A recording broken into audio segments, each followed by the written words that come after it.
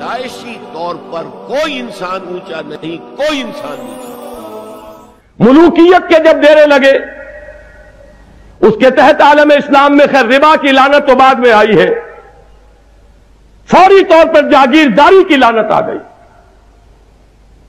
Feudalism, وہ feudalism جس کا راستہ روکا تھا حضرت عمر نے رضی اللہ تعالی عنہ۔ آپ کے علم میں یہ بات ہونی چاہیے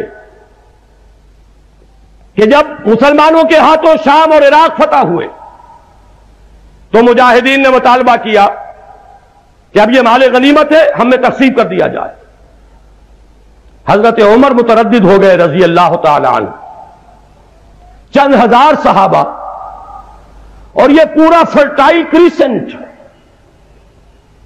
عالم عرب کا جو ہارٹ ہے اس کا فرٹائل کریسنٹ، شام اور عراق کی زمینیں، سواد عراق و شام، اگر ان میں تقسیم کر دیے گئے تو ایک بہت بڑی جاگیرداری قائم ہو جائے۔ حضرت عمر رضی اللہ تعالی عنہ نے اپنے اجتہادی رائے پیش کی، جس سے بہت سے حضرات نے اختلاف بھی کیا، لیکن پھر بحث و مباحثہ، گفتگو، افہام و تفہیم کے نتیجے میں اجماع ہو گیا۔ یہ تمام زمینیں جو بزور شمشیر فتح ہوئی ہیں، یہ مسلمانوں کے بیت المال کی ملکیت رہیں گی، کسی فرد کو نہیں دی جائیں گی۔ اس پر جو بھی وہاں کے لوگ ہیں وہ کاشتکار رہیں گے۔ ان زمینوں سے خراج براہ راست بیت المال میں جائے گا۔ یہ خراجی زمینیں ہیں، یہ عشری زمینیں نہیں ہوں گی۔ یہ فیصلہ تھا حضرت عمر کا رضی اللہ تعالی عنہ۔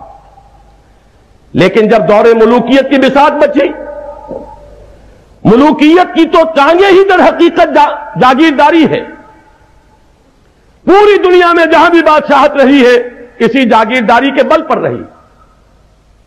ہندوستان میں اگر مغلیہ حکومت تھی، 20,000، 30,000، 10,000، یہ جو منصبدار تھے یہ جاگیردار تھے، اپنے علاقوں کے مالک، اس میں بسنے والے سب ان کی رعیت۔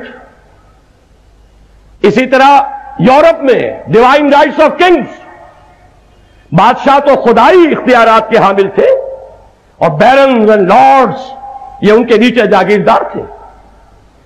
عالم اسلام میں بھی جب ملوکیت آئی، اب جاگیریں دینی شروع کی، جاگیردار مالک ہو گیا اپنے علاقے کا۔ وہی نظام ہے جو چلتا آیا۔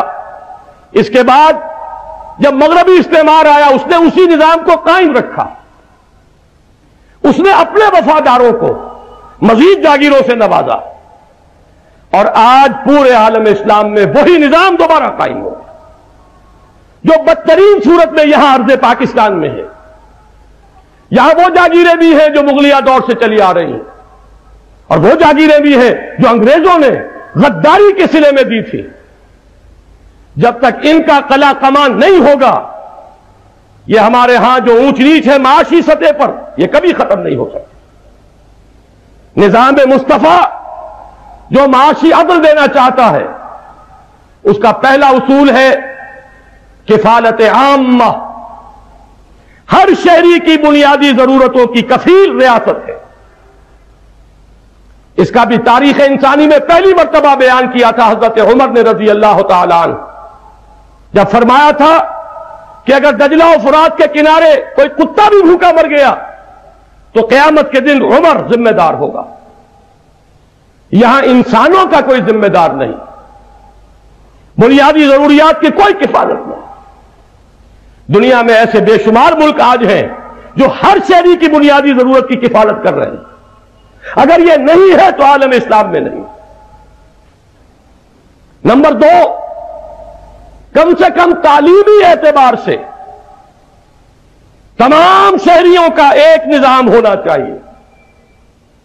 ٹھیک ہے، کوئی شخص زیادہ محنتی ہے، زیادہ کما رہا ہے، کوئی شخص زیادہ ذہین ہے، زیادہ آگے بڑھ گیا ہے، حلال کے دائرے میں رہ کر کچھ نہ کچھ آگے کچھ پیچھے کی بات ہو سکتی ہے۔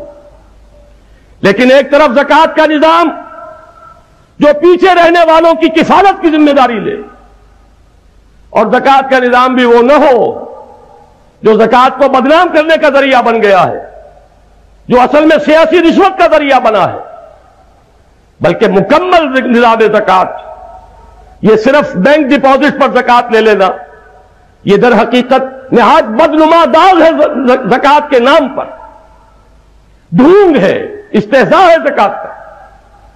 وہ زکات جو ہر شہری کی بنیادی ضرورت کی کفالت کر سکتی ہو، پورا مکمل زکات کا نظام، سود اور جوئے کی حرمت مطلق، تاکہ یہ لوگ، آپ کے علم میں شاید یہ ہو، ہمارے سالانہ جو بجٹ ہیں ان میں جو سب سے بڑی دو رقمیں ہوتی ہے، ایک وہ جو بیرونی قرضوں کا سود ادا کیا جاتا ہے اربوں روپے، اور دوسرا وہ جو اندرونی سود خوروں کو سود ادا کیا جاتا ہے، یہ ڈیفنس سیونگ سرٹیفکیٹ، یہ فلاں سرٹیفکیٹ، یہ فلاں بانڈ، ان سب پر جو سود دیا جاتا ہے وہ اربوں روپے میں۔ اس ملک کے اندر کے سود خور اور باہر کی سود خور حکومتیں یہ ہے کہ جو خون چوس رہی ہیں اس قوم کا۔ جب تک استیصال کلی نہیں ہوتا اس کا، اسلام کا نظام عدل کہاں اور ہمارا معاشرہ کہاں؟